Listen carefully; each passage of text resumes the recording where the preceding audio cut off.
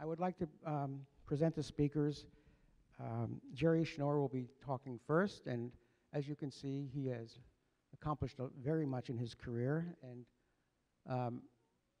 I won't go through these point by point, but he's co-director of the Center for Regional Environmental Research at Iowa City, and a member of the National Academy of Engineering, an editor-in-chief of the Environmental Science and Technology, which I believe is the #1 journal in the world for environmental science. And he has written many publications and has many prizes and awards from other places.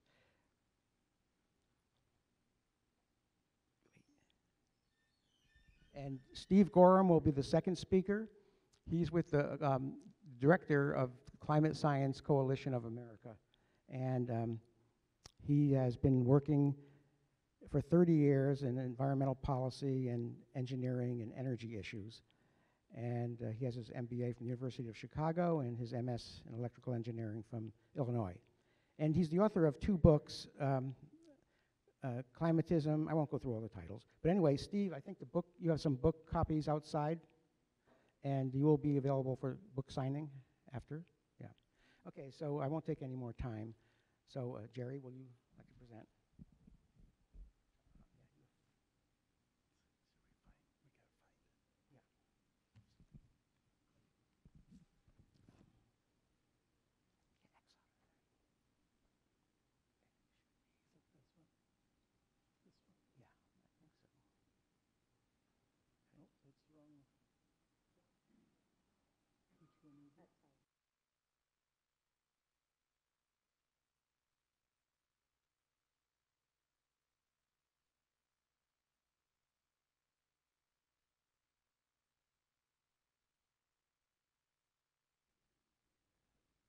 Thanks, Phil. It's a pleasure to be here. Can you hear me? No? How about this one? Is that better? Okay. It's a pleasure to be here. I've worked with many people from the CEEE at University of Northern Iowa, including Bill Stigliani for many years. We worked together when he was at the National Research Council, when he was in YASA.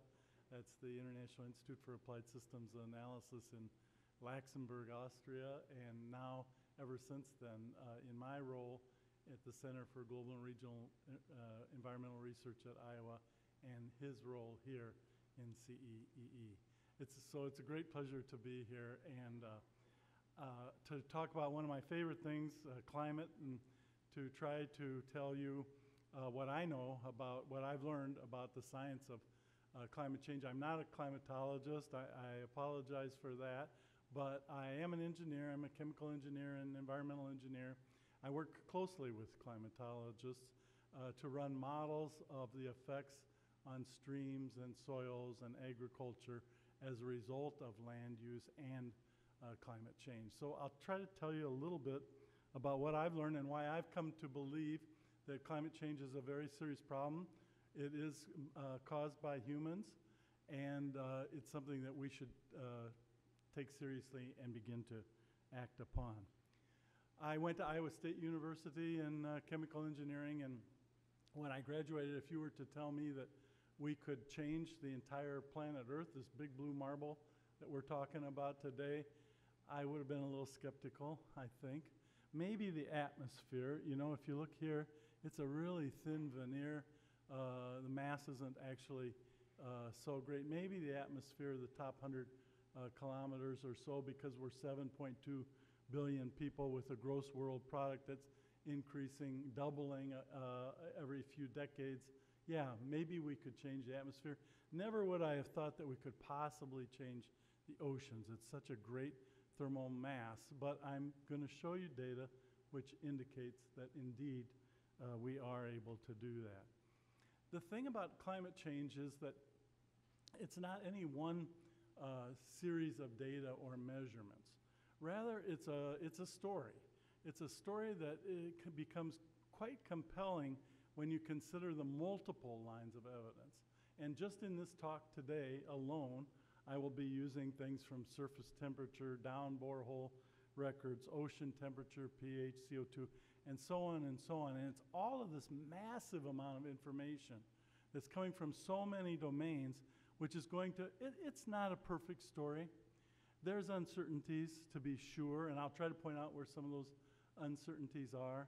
But taken as a whole, for all these sets of data, all these lines of evidence, it's a very clear and compelling story that humans are the base of the temperature, the changes that we're seeing in climate today, and I'll show you why I think so.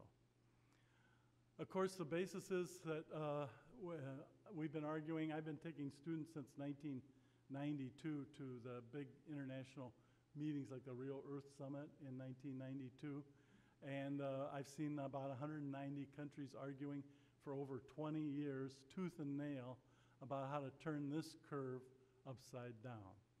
And so for 20 years, we've been arguing about this and making very, very little progress. So it should at first give us some pause that we're unable to even make this come to a peak, let alone what it looks like we need to do, and that is a steep reduction off of this graph, maybe an 80% reduction in the next few decades.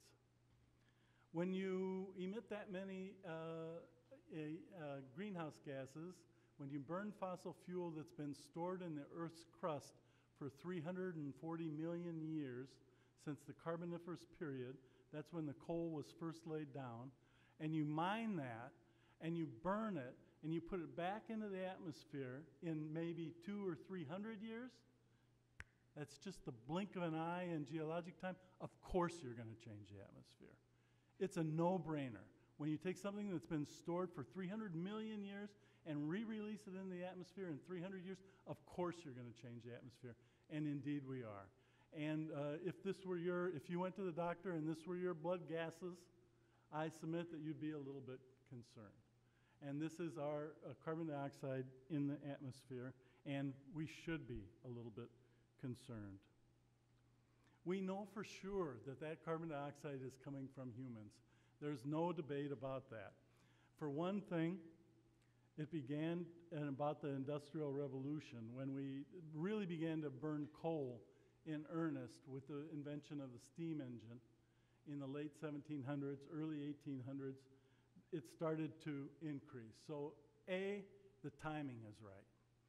B, the amount that's increasing each year, now about 3 parts per million each and every year, can be fully accounted for by our measured emissions, both measured from satellite data and measured from reporting areas. So A, the timing is right.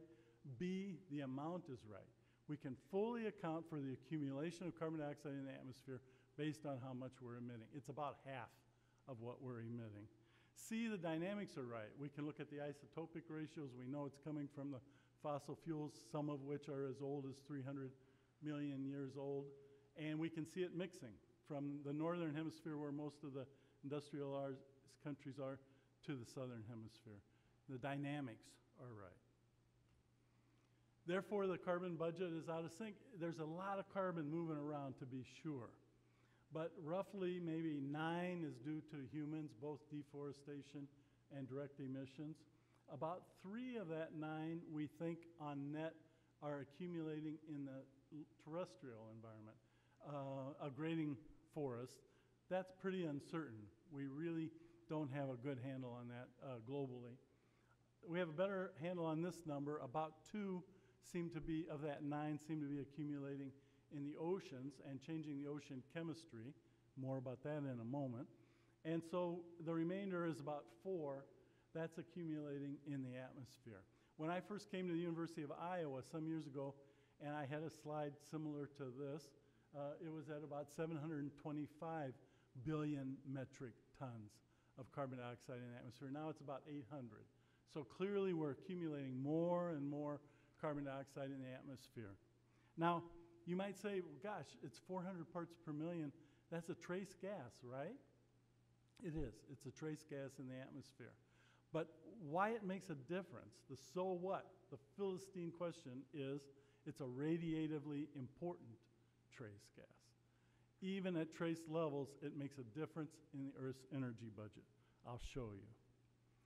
One of the reasons that CO2, even though it's a trace gas and other greenhouse gases, matter is because they absorb at certain bandwidths, certain wavelengths, here, here, here, and along in these smaller ones. It's absorbing infrared radiation. That's the heat from the Earth that's coming off of the Earth. And so in the atmosphere, as we build up these greenhouse gases, it's like putting a blanket over the Earth or rolling up the windows of your car in the summertime. It absorbs that back radiation and causes it, anything with more than 2 atoms per molecule is capable of this because it can begin to vibrate. So CO2, as you shine infrared radiation on it, it begins to vibrate. That captures the radiation and causes heat to build up. And that's exactly what's happening. Also, ozone can be important, although it's not a long-term trace gas. And water vapor is very important. More on that later. So, as best as we can tell from measurements and models, the Earth's energy balance is out of whack by about 1 watt per square meter. That may not sound like much because 340 or 342 are coming in from solar radiation. And we've about, well, according to this, 339 are going out. So about 1 watt per square meter. It may not sound like much, but it's enough to begin to warm the Earth and cause some pretty significant changes like melting ice. So the result of that out of whack energy budget is the increase in temperature on average over the whole planet. This isn't really what bothers me, the 0.8 degrees Celsius or 1.4 degree Fahrenheit increase in temperature overall. It's really the variance in that, the extremes that are more troubling. But for areas like the Arctic, it's really quite a lot, maybe 2 or 3 degrees Celsius already causing that. And we think we understand that. It's a positive feedback loop in the parlance of climate change, in that as the Earth first begins to warm, the Arctic ice, which is floating, starts to melt. That white reflective surface yields to a dark sea. The dark sea warms more, melting more ice, which causes the albedo to decrease even more. And it's just a positive feedback loop. And that's why the Arctic is so much warmer than the average here in Iowa of maybe 0.8 degrees Celsius. Now, the clearest signal to the climatologist is this temperature signal in the last, 30-some years, since 1980. The 1980s were warmer than recent history. The 1990s were warmer than that. The 2000s were warmer than that. So we've had a series of a monotonic increase in the global average temperature in recent decades. So I tell my students that you can think of, climate change is the long-term manifestation of our energy balance. Weather is what we talk about today, that it's raining today, but climatologists talk about decade as maybe the single data point. They're interested in decades to centuries to millennia to hundreds of thousands of years, and that's what we're talking about today. So we really have about 3 good data points. 80s were warmer than before, the 90s were warmer than that, and the 2000s were warmer than that. And there's some interest and controversy over this sort of pause, which we've seen in the 2000s. And it is shown here, it's still the warmest decade on record, but we think that's due to an increase in heat in the oceans that has been transferred, which I'll show you in a little bit. Okay, so we know that the carbon is coming from us, and we know that it's a radiatively important trace gas, and we know that it is beginning to warm the Earth. Here's how we know it. First, if you shine infrared radiation onto greenhouse gases, it will get warmer. That's a fact. At one point, it was called the kinetic theory of gases. But that theory has been proven so many times. If you shine that infrared radiation 100 times on the same bag of greenhouse gases, you'll get the same result 100 times. It's a fact that these are radiatively important trace gases.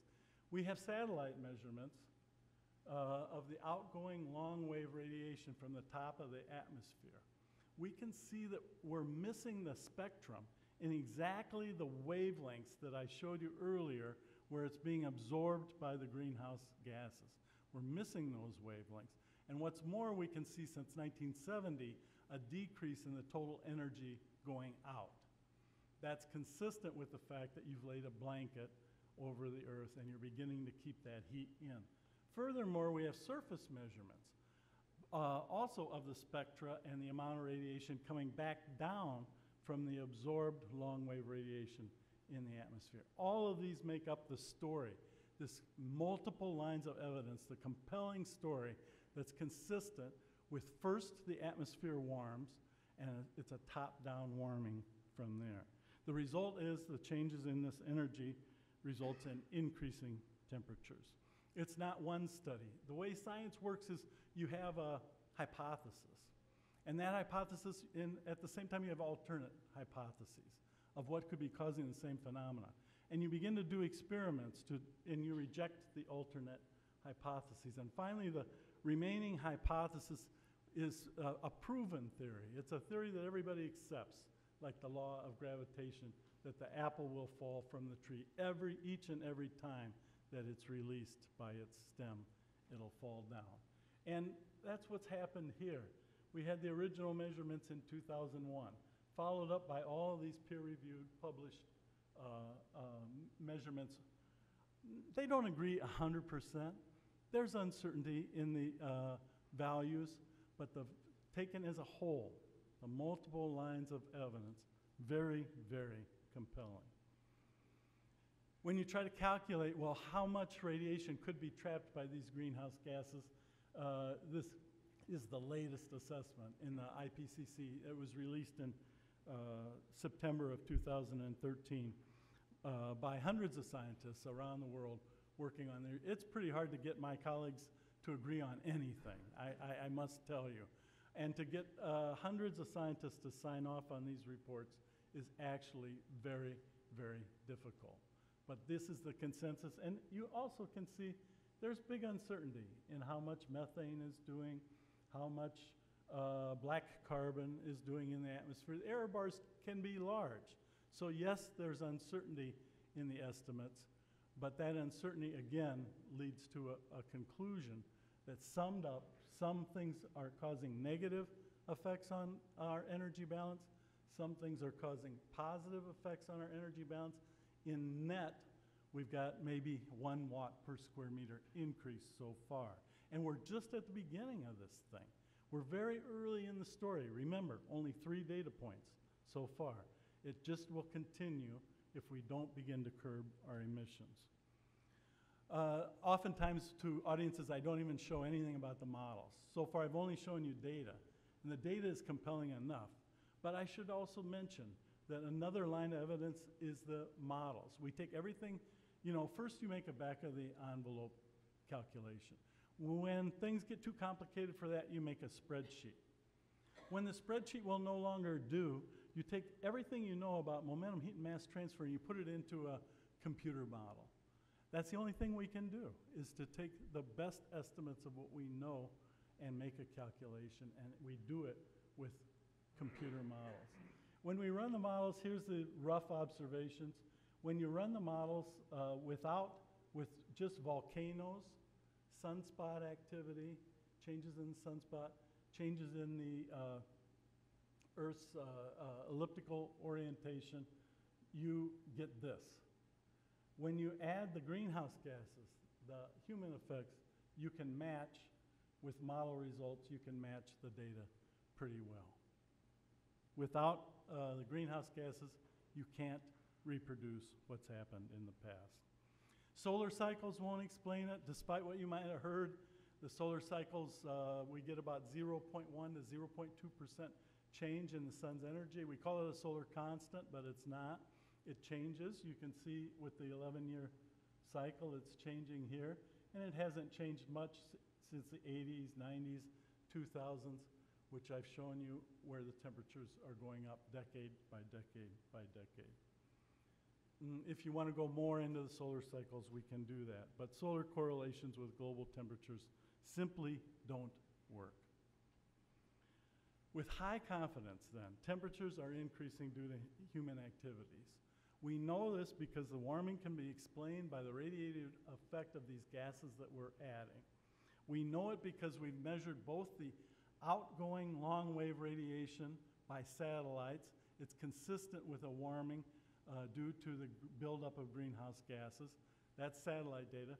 We've got sensors on the Earth which are measuring the long-wave incoming radiation, which is increasing because of this blanket that's beginning to warming Earth.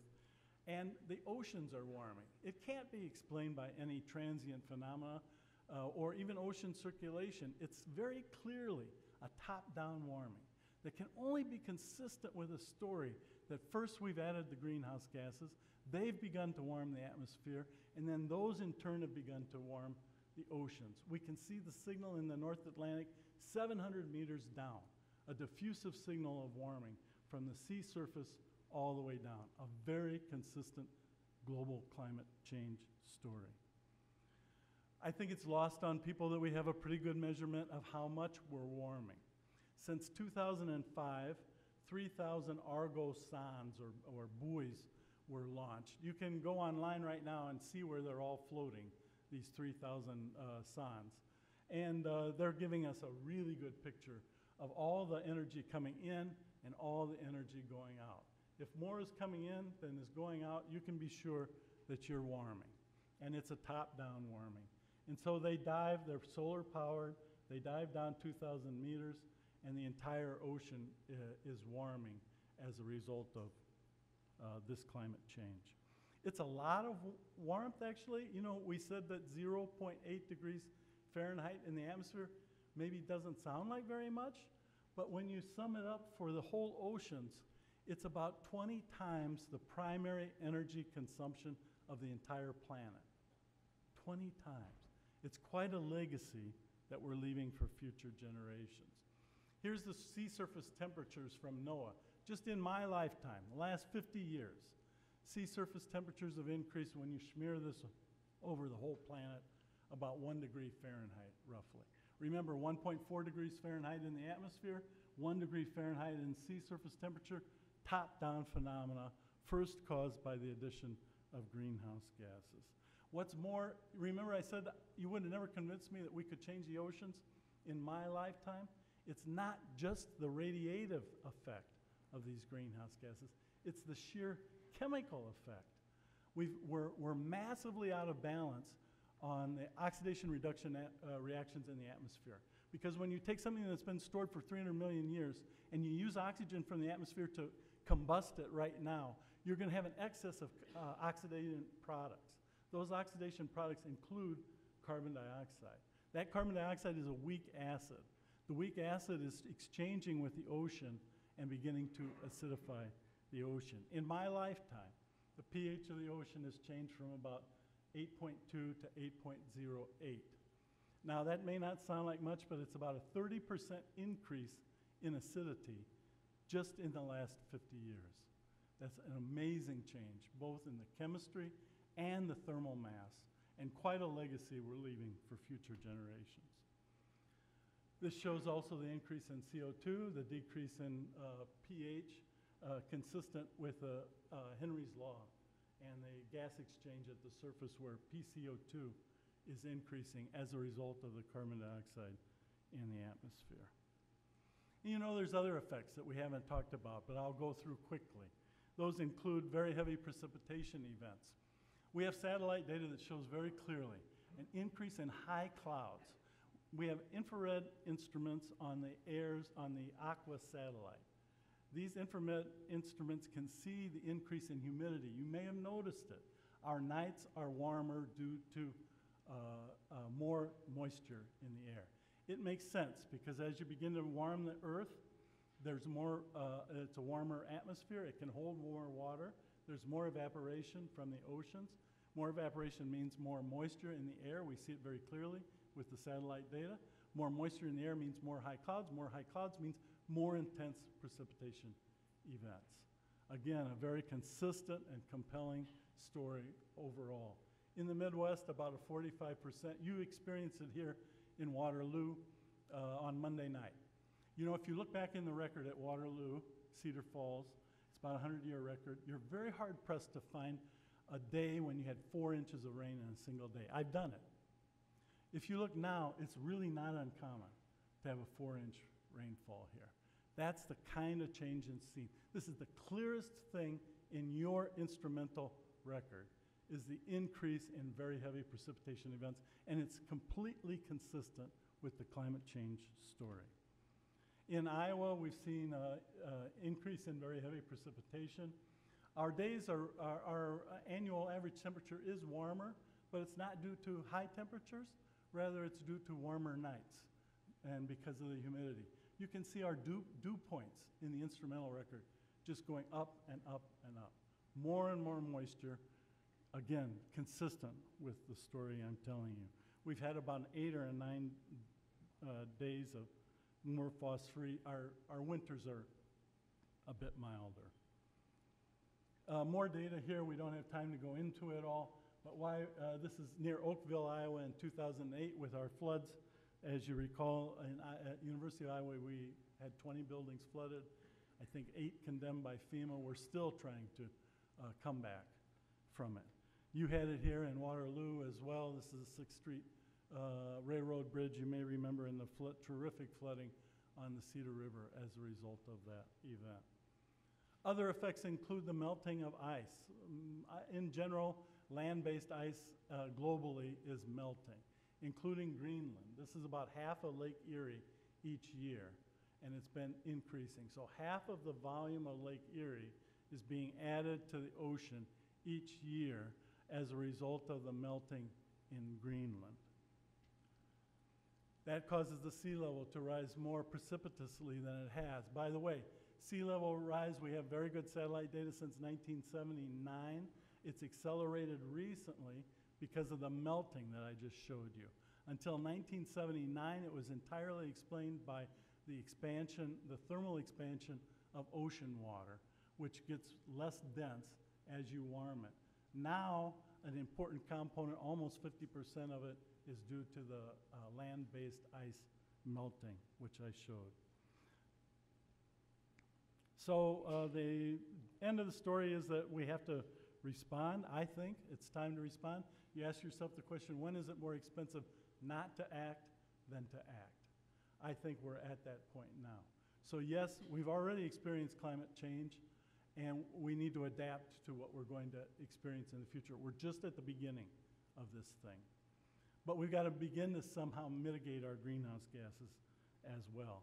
And I would say let's not wait for government to pass new energy and climate legislation. Let's just find the people who are willing, who understand this, and who are willing to act now, and who believe they can prosper from the changes in our economy that are about to occur as we transition from a fossil fuel age to a new energy economy involving renewables, energy efficiency, yes, maybe even nuclear. We can talk about that.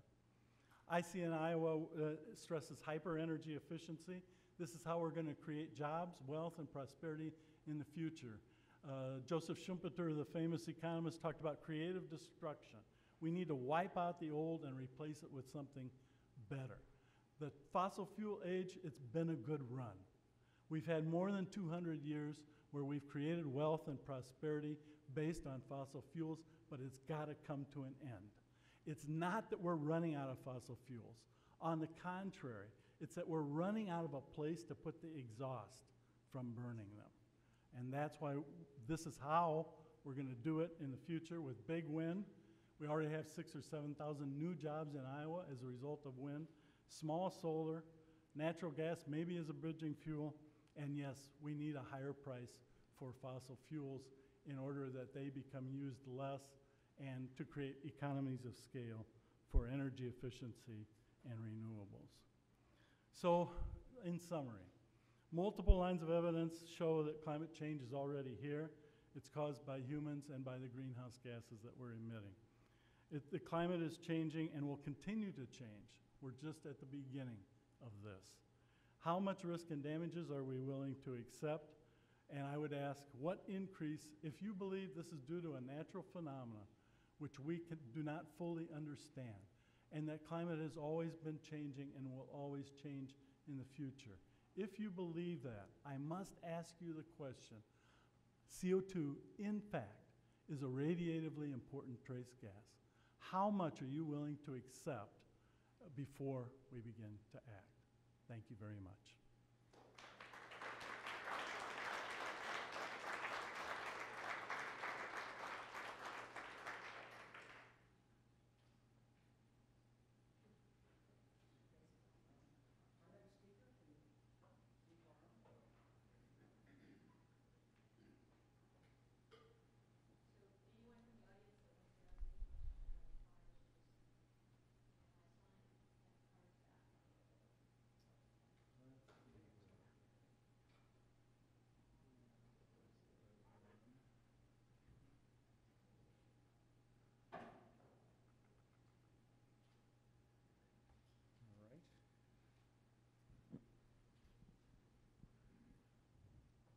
Well, thank you, Dr. Stiliani.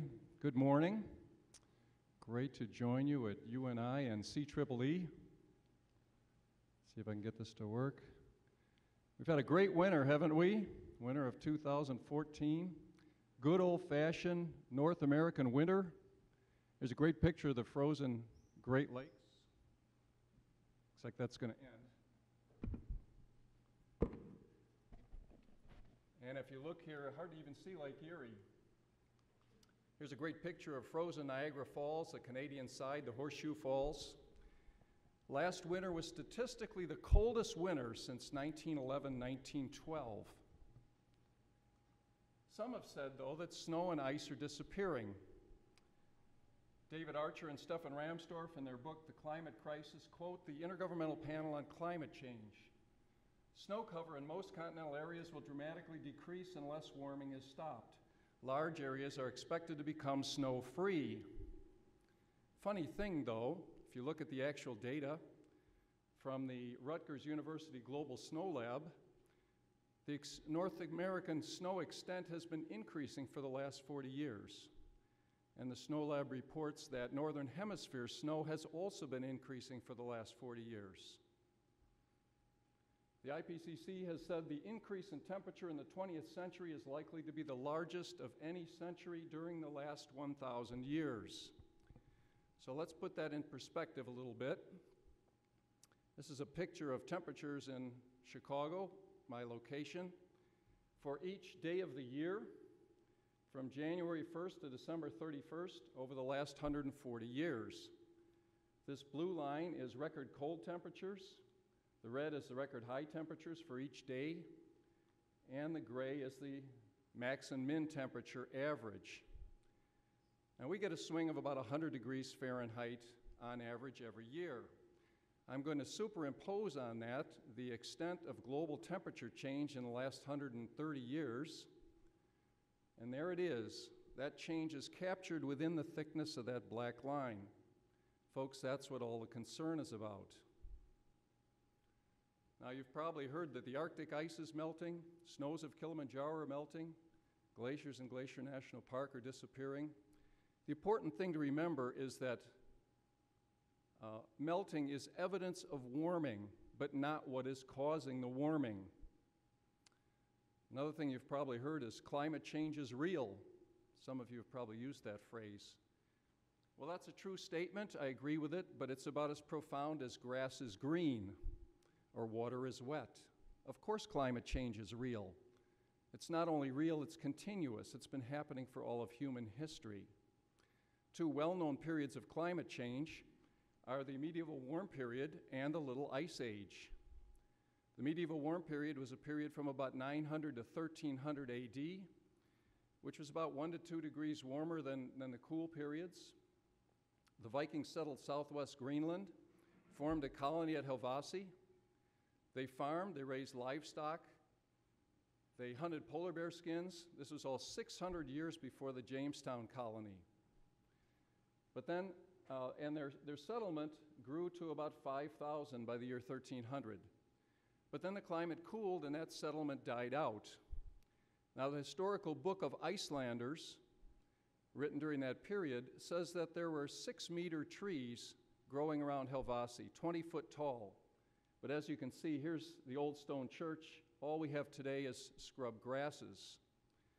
About 1300, we entered the colder period of the Little Ice Age. Not a true ice age, but again about 1 to 2 degrees Celsius cooler than either the medieval warm period or today's temperatures. Very tough time for Europe. There were shorter growing seasons. There were famines, population decrease. But they used to have this festival in London every year called the Frost Fair, as this image shows. The Thames River would freeze solid every year, and they'd bring their horses and wagons and sheds right out on the ice and have this festival. Well, you can't do that today. Thames River hasn't frozen solid in over a century. But these are two natural periods of climatic change, nothing to do with man-made emissions, and these have been happening for many, many centuries. Another period was the Roman climate optimum about 2,000 years ago, when the Roman soldiers conquered the Mediterranean in those short skirts.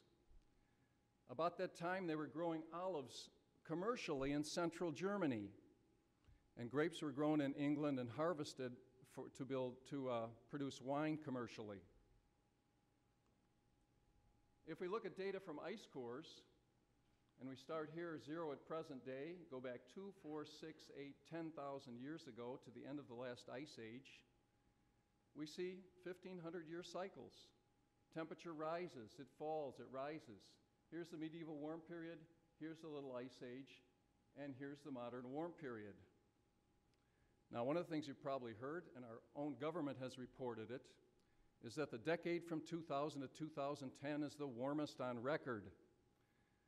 And that sounds alarming, but it's very misleading in terms of the climate. I'm going to show you what on record is. That little green dot on there, that refers to the thermometer record, only 130 years long. So the statement that that decade was the warmest on record ignores all the climate history of cycles and the periods we've had when it was warmer than it is today. Here's an interesting picture of an old white spruce stump located in the Northwest Territory of Canada, up by Alaska, north of the Arctic Circle. It's a very old stump. It's been radiocarbon dated to be 5,000 years old. But the interesting thing about this stump is today it's located 100 kilometers north of the tree line, 100 kilometers north of any other white spruce tree today, indicating that it was warmer 5,000 years ago than it is today. New Jersey Governor Chris Christie has said, climate change is occurring and humans play a contributing role. Well, that's a true statement. I agree with that statement. But again, it's a meaningless statement. Climate is always changing, and my 12-pound dog contributes to climate change. The real answer is what is the size of the human contribution? Earth's climate is complex. It's shaped by powerful forces from the solar system, the oceans, the atmosphere, and the land. Sunlight falls directly on the equator and the tropics, and much energy is absorbed. It falls indirectly on the polar regions. All weather on Earth is driven by this redistribution of heat from the tropics to the poles. Storm fronts, hurricanes, jet streams, ocean currents, all driven by this solar activity. The oceans are powerful forces shaping Earth's climate. The oceans have 250 times the mass of the atmosphere and can hold 1,000 times the heat. And then we have emissions, aerosols from volcanoes, desert dust, pollen from plants on land and from the ocean that shape the climate. Yet today's climate scientists are obsessed with the atmospheric level of carbon dioxide, a very, very small part of the overall picture. As a matter of fact, carbon dioxide is a trace gas. To get an idea how small, picture a basketball arena filled with fans, 10,000 fans. Only 4 of every 10,000 molecules in the atmosphere are carbon dioxide, And the amount that human industry could have added in all of our history is only a fraction of one of those 10,000 molecules. Now, I think you should have learned from Dr. Schnorr's presentation, what is nature's most abundant greenhouse gas? Anyone? Absolutely right, it's water vapor. It's not carbon dioxide, it's not methane, it's water vapor. Scientists generally agree that somewhere between 75 and 90% of Earth's greenhouse effect is caused by water vapor and clouds. So if we're conservative and say 3/4 of Earth's greenhouse effect is due to water vapor and clouds, then the last quarter is due to carbon dioxide, methane, and other gases. But then we need to ask, well, how much of this last quarter is due to man-made emissions? Because the oceans hold 50 times as much carbon dioxide dissolved as the atmosphere. And the oceans are always releasing carbon dioxide and absorbing it. When plants die, they release carbon dioxide. When they grow, carbon dioxide is absorbed. Every day, nature puts 25 times as much carbon dioxide into the atmosphere as all of the industries of man. So when we roll all that together, that means man is responsible for about 1 part in 100 of Earth's greenhouse effect. 1 part in 100. If we completely eliminated all emissions, we probably could not measure the difference in global temperatures. Now, physicists also generally agree that carbon dioxide by itself cannot cause dangerous warming. That's because the absorption spectrum of carbon dioxide is nonlinear. The first carbon dioxide in the atmosphere absorbs a lot of infrared radiation and raises temperatures. But as you put more and more CO2 in the atmosphere, you get less and less of an effect. So we're all the way out here right now.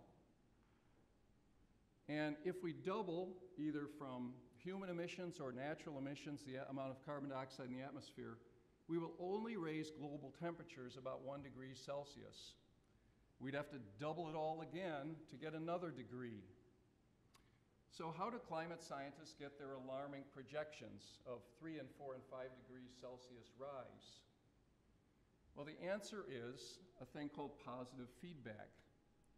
All of the models assume that as we put carbon dioxide into the atmosphere, we cause the atmosphere to warm a little bit, then the atmosphere holds more water vapor, which is a greenhouse gas, further raising global temperatures. But a number of papers indicate that this positive feedback is not occurring, and that the effect of clouds may actually reduce the effects of carbon dioxide warming. Matter of fact, now I call this the flea wagging the dog theory. When you think that man's tiny addition to a trace gas is actually controlling or influencing Earth's water cycle, which is huge, powerful. Water cycle includes all weather on Earth, the effects of all ice caps, the effect of oceans. Really, in some ways, that's a preposterous flea wagging the dog theory. Now, if movie detective Dirty Harry were a climate scientist, he'd probably say, your climate models ain't making it. And indeed, according to the Intergovernmental Panel on Climate Change, they call this a signature. They said in the atmosphere we would see a temperature hotspot. All of the models predict this. View this as a map of the atmosphere, and this line, the surface of the Earth, 90N is the North Pole, EQ the equator, 90S the South Pole. All of the models say if we go up into the atmosphere about 10 kilometers, and we go over the equator and the tropics, we will see a temperature hotspot, an area that warms faster than either the rest of the atmosphere or the surface of the Earth. But what do 7 satellite and weather balloon data sets show? They show this, no hotspot found. This is what the models predict. This is what the actual data shows. Now, 2 scientific panels have been convened, and more than 300 papers have been written to try and explain why the models don't match the measured data. And the proponents of the theory of man-made warming say, well, the data must be wrong and the models must be right. But this is powerful evidence that we're not seeing catastrophic warming. And indeed, for the last 17 years, we've had flat global temperatures. Actual temperature measures are shown by these two satellite data sets here, the red and the blue. All of the world's climate models are wrong. They all predicted a much faster rise in temperatures. Those are all the model lines here. This black is the averages, and we're not seeing, the data is not supporting the theory of man-made warming. So what caused the late 20th century warming? Well, if you look at temperature and carbon dioxide, you see that CO2 doesn't really track temperature very well. CO2 has been generally rising for the last 50 or 60 years. These are seasonal variations. We've had flat temperatures since about 1997, and actually a slight temperature decline since about 2002. Here's the warming everybody's been concerned about from 1975 to 2002. But from about 1940 to 1975, we actually had a cooling in global temperatures. And that led to the Ice Age scare in the 1970s that maybe some of you remember. Time and a lot of the scientific journals, Newsweek, were predicting we were moving into an ice age. Well, to get an idea what's causing this situation, we got to think of that small global feature called the Pacific Ocean right off the coast of California. 1/3 of the Earth's surface area. Turns out the Pacific Ocean has natural temperature cycles all by itself, and these are measured by what they call now the Pacific Decadal Oscillation. And you see here, this is a temperature variation in the Pacific, 1 to 2 degrees. Temperatures rose from about 1910 to 1940, then they cooled about 1975, rose again to about 2000, and now we've moved into a cool phase again. Scientists estimate this cycle's been going on for thousands of years, nothing to do with man-made warming. And it's only one of many temperature cycles of Earth. We have an Atlantic multi-decadal oscillation. We have many other cycles that occur all the time. So now we can explain the 20th century rise. And it's a combination of the long-term rise since the Little Ice Age. We've been coming out of a natural warming for about the last 400 years, and then superimposed on that the short-term variation of Earth's natural cycles, like the Pacific Decadal Oscillation. Dr. Sianishi Akasofu says it's quite obvious that the temperature change during the last 100 years or so includes significant natural changes. It's very puzzling that IPCC reports state that it is mostly due to the greenhouse effect. We need absolutely no connection with carbon dioxide to explain the natural changes of the last century. But what about sea level rise? Former Vice President Al Gore and Dr. Hansen, James Hansen, have warned of a 20-foot rise by the year 2100. If that were to occur, that would certainly be a disaster. These areas of Florida would be flooded. Many other ports around the world would also be impacted. So we need to look at Earth's 3 ice caps to talk about sea level rise. The first is the Arctic ice cap. It is true that Arctic ice has been declining for about 30 years, with lows about 2007 and more recently 2012. This is satellite data. A couple things you need to know about Arctic ice. First, Arctic ice naturally comes and goes. There have been historical records of periods in the past when it has been low, as it is now. But second, now this is called the canary in the coal mine by many climate scientists, saying that our industries must be causing global warming. This is only 1 to 2% of Earth's ice. So if we really need to see what's going on, we need to look at the elephant, and the elephant is South Pole ice. Not more than 2 weeks after we reached a 2007 low in Arctic ice, we reached a 2007 high in Antarctic ice. Antarctic ice has been increasing for the last 30 years. Antarctic ice is 90% of Earth's ice. The models can't explain this. The models predict that this ice would be disappearing as well. And let's consider the Amundson-Scott South Pole Station. The United States has maintained a continuous scientific presence at the South Pole since the 1950s. Does anyone know, and this is the third scientific station down there, anyone know what happened to the previous two stations? They got buried by snow and ice. Antarctic is a desert, but every year it gets about 8 net inches of snow, 8 inches the next year, 8 inches the next year, 8 inches the next year. It gets to be a problem.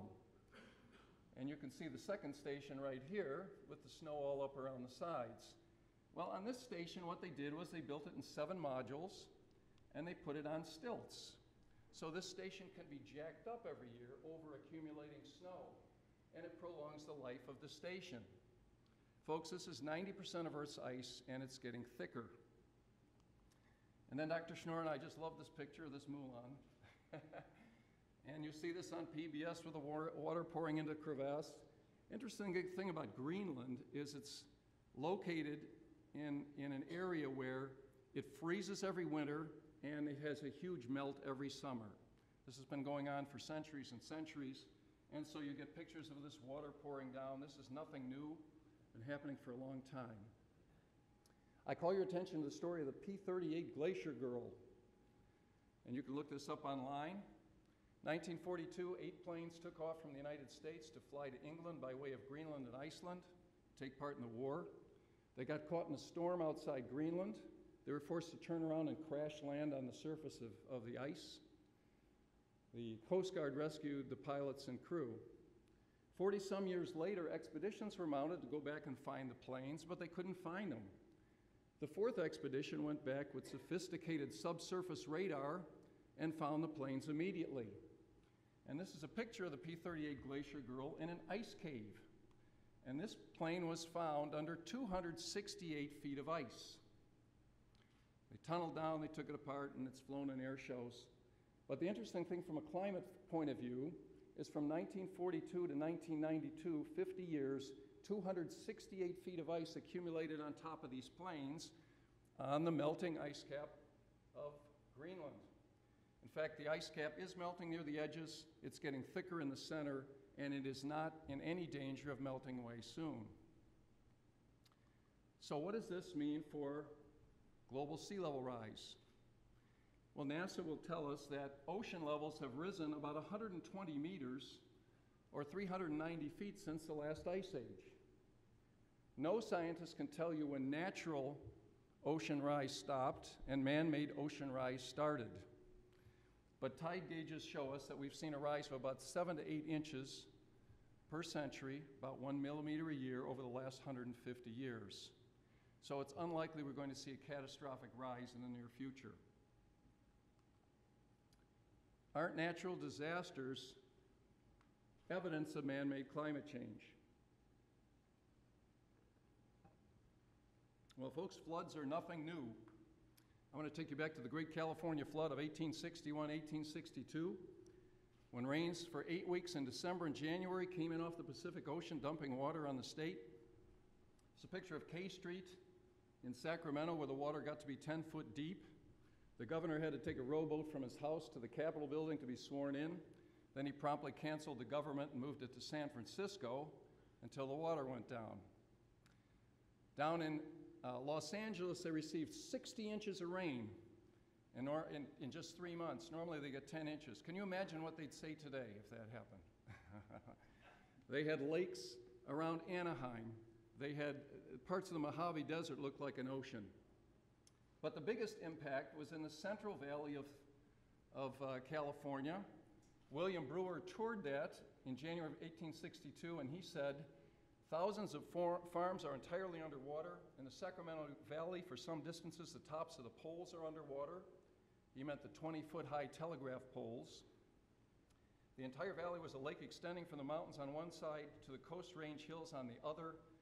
Nearly every house and farm over this immense region is gone. At that time, California had 800,000 cattle, and 200,000 of them died in this disaster. So this shows you the power of what natural effects can do.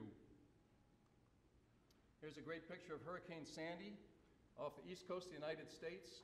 Interesting storm, heading out in the North Atlantic, hit a high pressure area, came back and made a direct hit on New York City. It hit at high tide, and it also ran into a storm front that was coming from the west at the time. Many have said that this is evidence of man-made climate change. But this has happened before.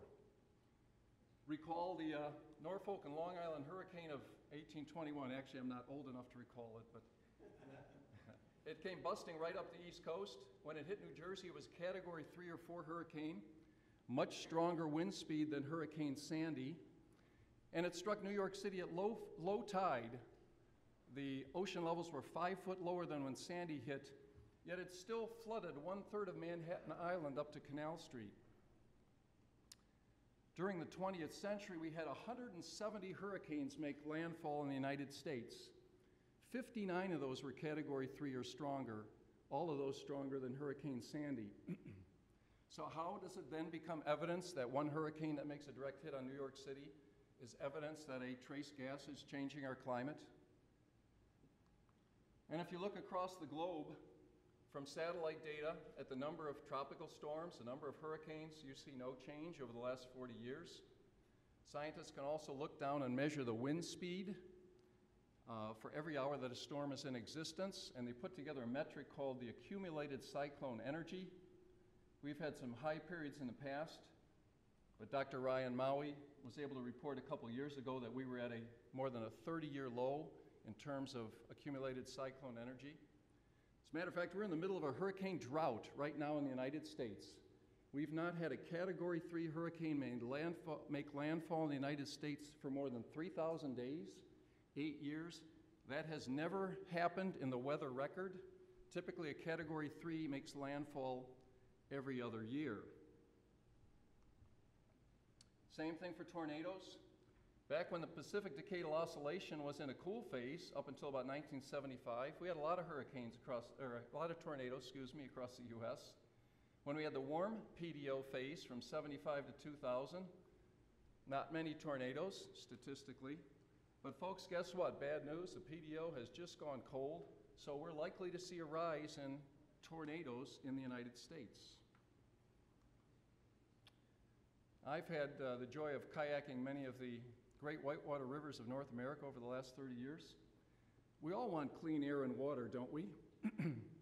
But our air today is very, very much cleaner, according to data from the EPA. Ozone, carbon monoxide, nitrous oxides, sulfur oxides, leads, carbon particulates, all dramatically down. Even though we're getting 30% more electricity from coal-fired power plants, and we're driving twice the vehicle miles. Yet some are now calling carbon dioxide a pollutant. Sadly, the news media is doing that, and even the Environmental Protection Agency. Ladies and gentlemen of you and I, that is bizarre. Carbon dioxide is not a pollutant. It's an odorless, harmless, invisible gas, does not cause smoke, does not cause smog. We breathe in only a trace of carbon dioxide with every breath, but as we burn sugars in our bodies, we create carbon dioxide, and so we breathe out 100 times what's in the atmosphere with every breath. Matter of fact, CO2 is green. CO2 is plant food. It's essential for life on Earth. Hundreds of peer-reviewed studies show that increased levels of atmospheric carbon dioxide increases plant growth. Wheat, oranges, orange trees, young pine trees. Even poison ivy grows bigger and faster with higher levels of atmospheric carbon dioxide. Plants get bigger root systems. They're more resistant to drought. They get bigger fruits. They get bigger vegetables. They get thicker tree trunks. If there's one compound we could put into the atmosphere that would be great for the biosphere, carbon dioxide is that compound. But don't 97% of scientists accept the theory of man-made climate change? Well, even the president has made this statement now. It's been all over the press. The original study this came from was a study by Doran and Zimmerman in 2009. They sent out a survey to 10,000 members of the American Geophysical Union, and they asked two questions. One, when compared with pre-1800 levels, do you think that mean global temperatures have generally risen, fallen, or remained relatively constant? Well, I would say risen. Anyone who knows the history knows that. We've been coming out of the Little Ice Age for the last 400 years. And the second one, do you think human activity is a significant contributing factor in changing mean global temperatures? They didn't say, is it the primary change in climate? Is it a dangerous thing? From that, they got 3,000 responses, and then they said, well, let's decide who's a bona fide climate scientist and who isn't. So they chose 77 out of that, and 75 of those folks said rising, and we think it's significant. So folks, this is the opinion of 75 people that 97% of, that quote, 97% of scientists. Another study by the American Meteorological Society, just in 2013, of 1,800 responders, 52% said global warming is happening and humans are the cause. So I will grant you, this is what I'm doing today as a minority report, I would grant you that the majority of scientists do think humans are causing climate change, but the level is not 97%. The bottom line here, IPCC forecast in 1990, they forecasted an increase in global mean temperature during the next century of about 0.3 degrees C per decade, with an uncertainty range of 0.2 to 0.5 C per decade. I'm almost done, one more slide. Here's the plot of their predictions. There's their best estimate, high and low. Here we are today in actual temperatures, far below the IPCC projections. We are not seeing catastrophic climate change according to the evidence. So in summary, climate change is a natural effect. The greenhouse effect is overwhelmingly a natural effect. Mankind is responsible for only about 1 part in 100. And it's been a pleasure to talk to you today. Thanks very much to Dr. Catherine Zeman for the opportunity to speak, and I look forward to your questions and challenges.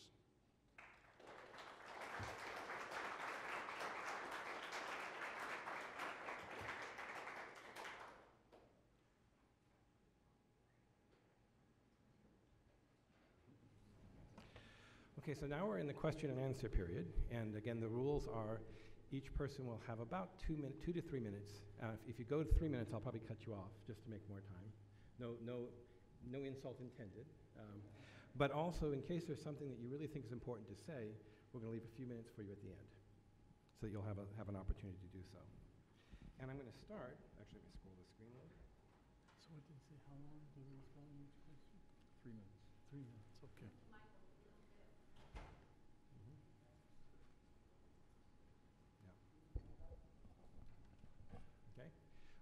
I stopped talking there. So I'm going to start. I've got 2 questions, one to each speaker. And so we'll start with letting that speaker address that question, and then the other person can address it in response. So the first one to Dr. Schnorr. Am I pronouncing your name right? Yes. Okay. How do you reconcile the validity of the IPPS's climate computer models when it's been shown they violate 70 to 89% of applicable principles of forecasting? Now, I'm sorry, I didn't catch that question. That's the claim. I'm having trouble with your microphone. Can you read it again? I didn't understand what you said. Let me pull back a little bit from it too, that might help. Okay? How do you reconcile the validity of the IPPS's climate change models? IPPC. Sorry, okay. When it has been shown they violate 70 to 89% of applicable principles of forecasting? I don't know how to respond to that question because it's not clear to me what's answered, but what's being asked. But I would say that these models, we were just talking about it with the gentleman in the third row. There's 20 different models that we're tracking. They're all over the world from different groups. All 20 of these models, so again, when you make a back of the envelope calculation, then you make a spreadsheet calculation. When that gets too complicated, you take all that you know and you put it into a model. That's what's been done. These are very sophisticated, complicated numerical computer models. 20 different groups all around the world are being analyzed by the IPCC. Those 20 groups disagree. They disagree, and the error bars are significant and shown on some of the slides that I showed. But all 20 say it's going to be a warmer 21st century. They've taken the first principles of momentum, heat, and mass transfer, put it into the models, and all 20 agree that in the direction, not necessarily in the amount. And the amount is important, as Steve said. That's what we call the climate sensitivity factor. But they all agree. That should give you some pause right there. When 20 different groups, thousands of publications, they all agree that this is a serious problem, and it's being driven mostly by greenhouse gases emitted by us. Dr. Gorman, do you want to respond? Sure, I'm not a doctor, thanks for the promotion. I would just say they all agree, but they're all wrong. They've all been wrong in the wrong direction. By the way, funding is a messy thing to discuss, but I wonder which of those climate models would get any funding if they said, gee, I think climate change is natural. Guess what? You don't get any more funding to do your climate study. So there's a bias there within those model teams, I'm sorry to say. Okay, the next one was, am I off now? Can you hear me? Are you here? Can you hear me now? Okay. The next one was to Dr. Gorman. You indicated that the human contribution of CO2 is too small to be a factor in climate change.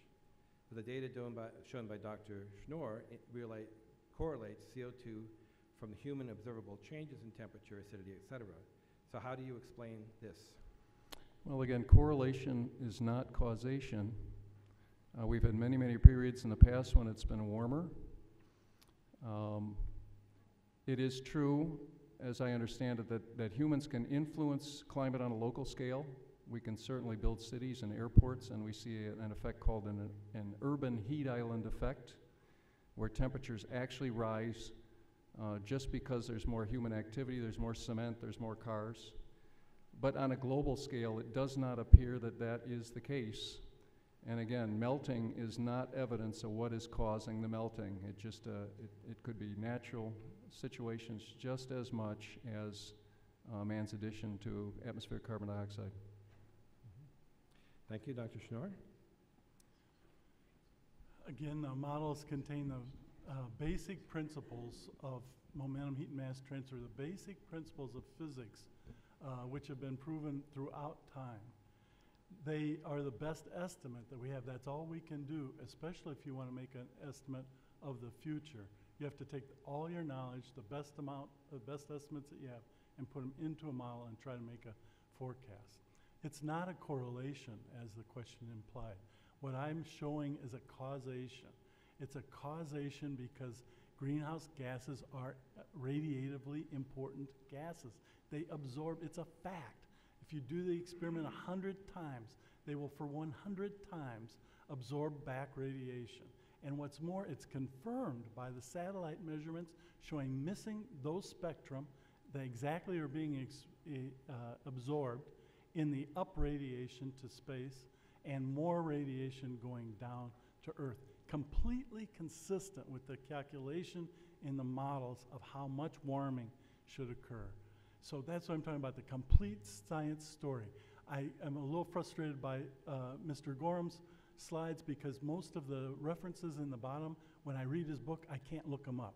They're not scientifically peer-reviewed publications. The way the scientific method works is you put a hypothesis out there and everybody shoots at it. And you shoot at it time and time and time again. And when the hypothesis, all the alternative hypotheses are rejected, the remaining one stays. And that's that greenhouse gases are causing the warming that we're experiencing. His references are anecdotal at best, not peer-reviewed, and have very little credibility with the scientific community. Now, with that last comment, I should give Dr. Gorman a chance to I have about respond. 800 references in my book. About 75 of them are from peer-reviewed papers. There's about 100 to 150 from government organizations or the IPCC. I would just point out one thing here. The radiation changes could be due to changes in cloud cover on the Earth's surface. And there are a number of studies that show that that may be the case. Changing cloud cover may be the reason for recent warming. It doesn't have to be carbon dioxide. That is an assumption, and the models are based on an assumed impact from carbon dioxide. What So causes the change in cloud cover? Well, there's solar effects that could do those. There are many, many We're effects. monitoring the solar effects. Cosmic flux. We monitor that very closely, including the Del 14. I talk about that in Chapter 5. So let me pause and go on to the next question. And this one's, I think, going to be a fun one, but it also does get at something I think people wonder about. So if the positive and either one of you can start on this one. If the positive feedback of CO2 leads to runaway warming, that's that positive feedback loop, why didn't the Earth end up like Venus during the Carniferous period? And if the negative feedback ends up trumping the positives, do the IPCC models put sufficient weight on negative feedback mechanisms? I'm having trouble with the questions. I can't hear you. Okay. It's probably where we're sitting. It's probably where we're sitting here, but Yeah. Basically, they're asking. Just speak. It would take too long to scoot that up there. So basically, if the positive feedback of CO2 leads to runaway warming, why didn't the Earth end up like Venus during the Carniferous period? It's the main question. And then if the negative feedback loops end up trumping the positive, are those being taken into account in the current models? The negative feedback, we were just talking about this too, the negative feedbacks are taken account of in the models, and they're not enough to overpower the positive feedbacks that you're speaking about. The first part of the question was, So why didn't we end up like Venus during the well, Carniferous period? if we kept going with CO2, it doesn't stop. You know, we would become Venus. That's what I think is lost on the public, because so often we talk about the changes to 2050 or 2100. They somehow think it magically stops if we don't decrease our emissions, and that's simply not the case. It just goes on and on and on. That's why my last question for the group was, when do you agree with radiatively important trace gases? When do we begin to stop? At what level? It's up to you. so So the first part of the question still. yeah, I think the question refers to a period back in distant Earth history, hundreds of millions of years ago, when atmospheric carbon dioxide levels were much higher. At that time, many geologists would say that they were 3,000 or 4,000 parts per million in the atmosphere, maybe 10 times as high as they are today. So there is some evidence that, matter of fact, Dr. William Happer of Princeton says that we are in a low spot in history in terms of atmospheric carbon dioxide level, 300 or 400 parts per million, fairly low level. Plants are actually starved for carbon dioxide at about 250 parts per million. So I'm in favor of this carbon dioxide. Again, if we are not getting positive feedback from water vapor, we double carbon dioxide to 560 degrees, to 500 parts per million, we'll see about a 1 degree rise in atmospheric carbon dioxide, and much of that has already occurred if it's only due to CO2. For all practical purposes, we are at a high point in carbon dioxide that we haven't seen for thousands of years. 30 or 40 million years ago, even the continents were in a different place. The energy balance of the Earth was much different. And yes, we had higher carbon dioxide content. You don't want to go to that place again. We're talking about modern history here, and we can explain, based on the increase in carbon dioxide, the warming that we've seen. But the second shoe hasn't dropped. We've never done this experiment before that we're doing with planet Earth. Always before the energy balance changed, and that released the CO2 after a temperature change.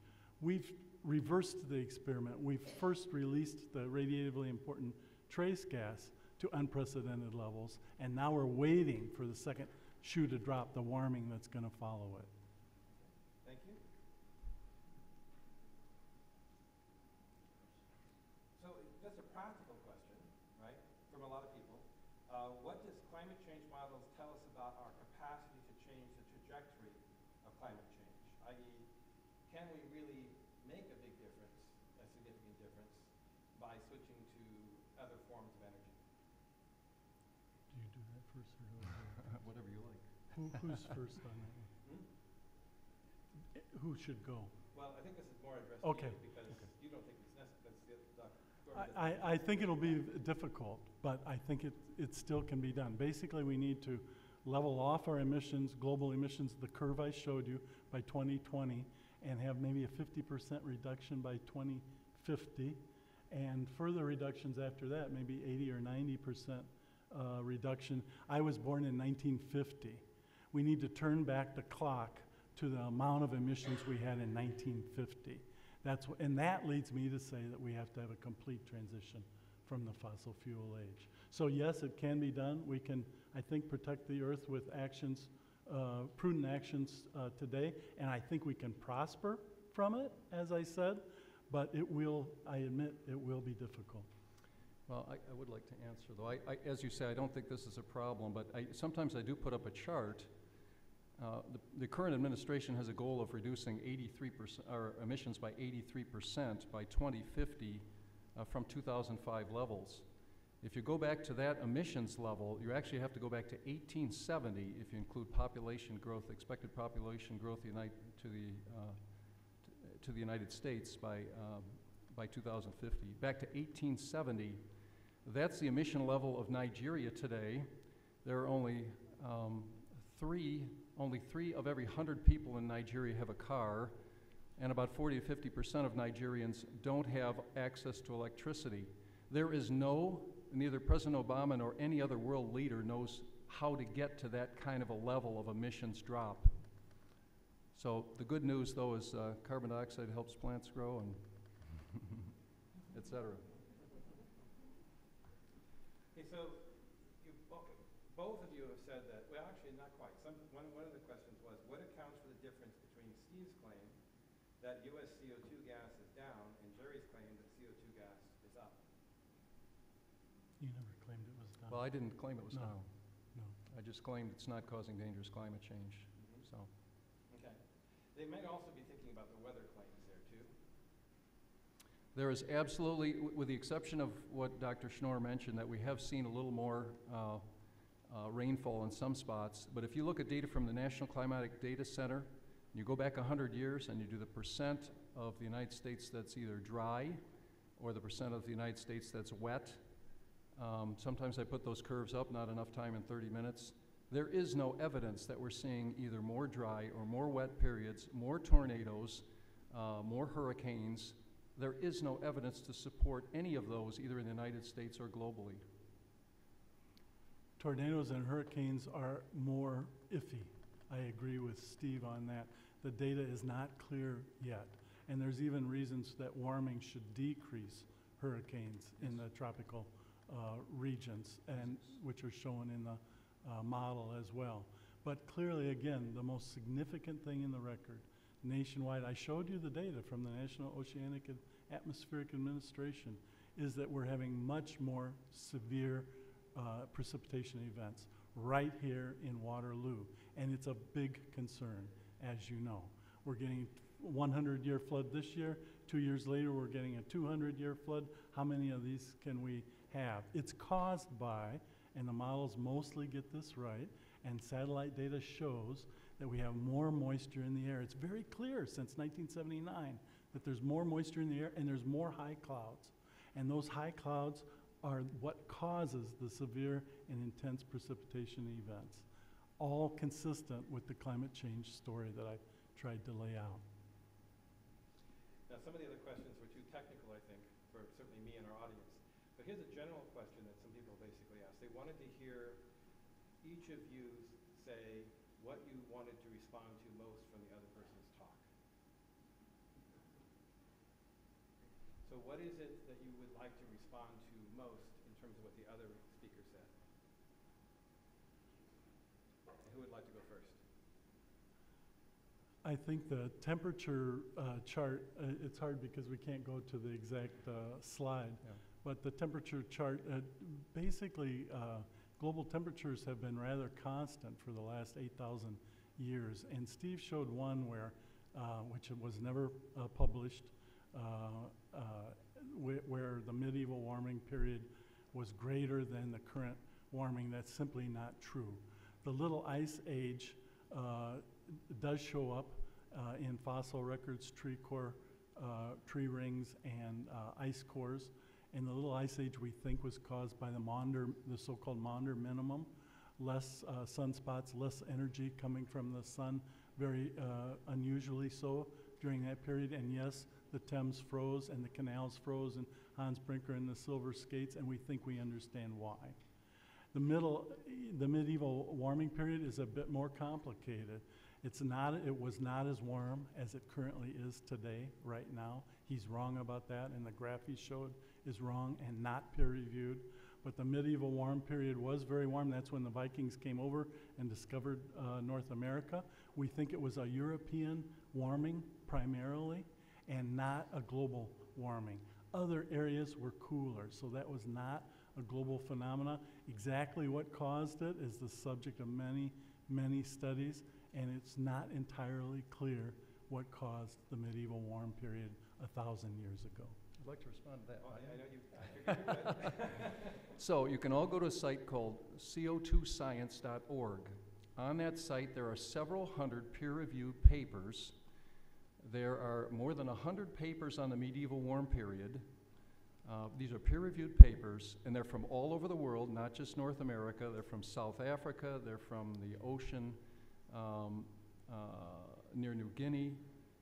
And you can take 100 of those papers, and 80 of them, there are about 100 papers that allow a numeric comparison between temperatures during the medieval warm period and today's temperatures. By the way, these are from ice cores, they're from forest fires, they're from C14 isotope concentration in cave stalactites. There are all sorts of different proxies.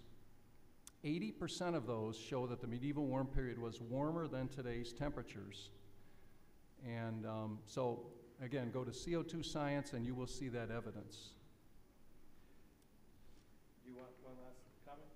Well, I would just say that even if the medieval warm period, even if what we're experiencing now is due to some kind of natural cycle that we don't understand, even if that's true, it should still give you pause. It should not give you any comfort because of the fact that the greenhouse gases that we're adding to the atmosphere would be warming the Earth over and above that natural cycle. It should make you want to act even more. So Dr. Gorman, is there a place that you want to respond to, particularly from earlier? One curve struck me that is one of the IPCC curves that Dr. Schnorr put up, and that was the one that showed the models where they were warming and they tracked temperatures, and then when you removed the man-made influences, they didn't track the temperatures. I hope you all know that that's basically bunk. Those computer models are tuned, their coefficients are chosen to track global temperatures. They're physically chosen and run to track temperatures. And then if you base it on key variables, carbon dioxide and methane, and then you remove those variables, obviously the model will no longer track temperature. I mean, that's a freshman operations science course. So yet that's put in the IPCC of evidence that the models are right. It's just very, very foolish logic. Well, that particular graph, as a modeler, I can say it's because the models have a lot of parameters, it's true, and they need to be tuned. They tune them with the data. So it's very difficult to match the temperature record given all the other parameters, including the radiatively important trace gases, without including those. You can't, it's very difficult to tune the model to get the, without putting in the greenhouse gases, you can't reproduce the temperature record. It's very difficult. So I think we have time for one more question, and so there's one in here which I think is also interesting. The example of the airplane in Greenland is quite dramatic, and yet the question that came up was, first of all, glaciers move, they have compression below, things feed off, and snow comes down. Isn't the main issue is not whether it's at that depth, but what the total depth is of the ice at Greenland, what the total amount is. And so could you address, is the actual total amount of ice in Greenland, what's going on with that? Well, I would agree that the ice in Greenland is declining somewhat. It's a very small amount. If you plot out the actual loss and you put it on a curve, you can see absolutely none versus the total ice loss. Temperatures were actually warmer in Greenland, according to a number of thermometer gauges in the 1930s, though. So I agree there's slight loss in Greenland ice, but folks, we're in a warming period for the last 400 years, so we're going to have some ice loss. That's a natural factor. The difficulty with Steve's data that he showed is much of it is anecdotal. It's at one place in time, one place in location. What I'm talking about is a complete global calculation. And what that calculation shows is that we have satellites which do gravimetric analysis. We know the mass of the ice on Greenland quite accurately. We know the mass of from space, the mass of the ice in Antarctic quite accurately. 20 papers, all fussing with each other about the second decimal point. In fact, we are losing ice both places. We're losing ice off the ice shelves of western Antarctica, even though it is building up in the middle, as he said, and we are losing ice massively from Greenland. Because of that, the big story in the last 10 years has been the change in the rise of sea level from the 1 millimeter that Steve mentioned to now 3 millimeters per year. That increase is due to the meltwater, which we're very accurately tracking from space, making a global calculation with many, many people contributing. Do I have 45 seconds on that? Folks, I don't know if you know how much that is, but sometimes in my presentations I put on the table a quarter, and then I put a dime, and I go, the quarter is the historical average sea level rise per year, averaged across all the oceans. And this dime is the average acceleration, the thickness of a quarter and a dime. Now, anybody think we can measure that across all the oceans of the world?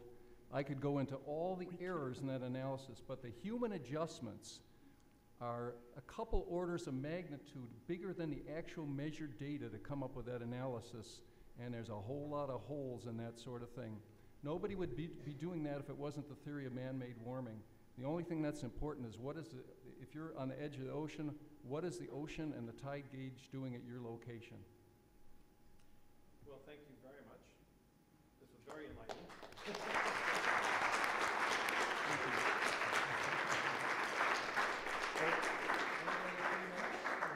That was what I was kind of offering you. Okay, do you want to do 3 minutes? I thought I gave that to you when I gave that last question, and would you like to respond to them? No, I got 3 minutes. But if you want 3 more minutes, can we take the time? You want me to go first? Okay. Please. You can have 3 more minutes for a closing statement then. So, there are many important problems to solve in the world today. According to the United Nations data, 20,000 people die each day from hunger-related causes. 2 billion people are trying to survive on, did I say 20 million? 20,000 people die each day from hunger-related causes. 2 billion people are trying to survive on less than $2 a day. 1.8 billion don't have proper sanitation. 1.4 billion don't have electricity. Almost 1 billion people don't have proper access to clean water. And millions die each year from disease, from malaria, tuberculosis, AIDS, and diarrheal diseases. Yet the world is spending over $250 billion a year to try and stop the planet from warming.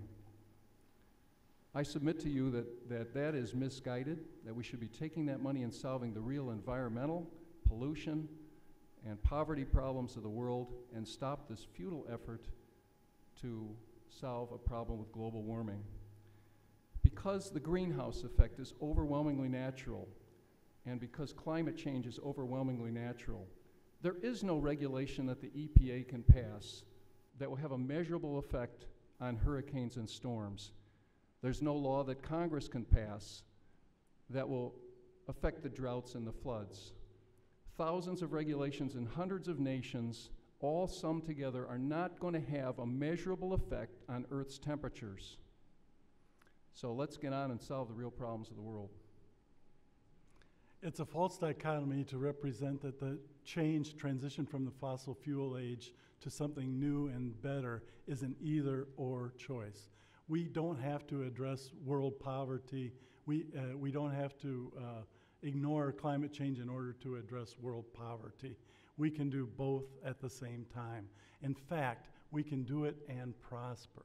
It is the way to the engine for economic growth in the future, much like we've done in Iowa.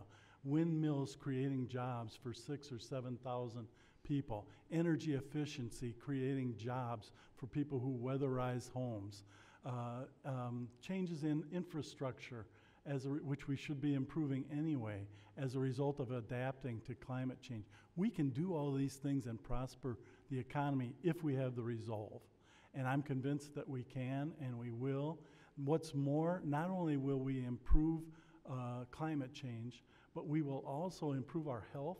We'll have cleaner air by transitioning out of using coal for the fossil fuel age, and we will have less health care costs, less missed days of work, and many, many advantages.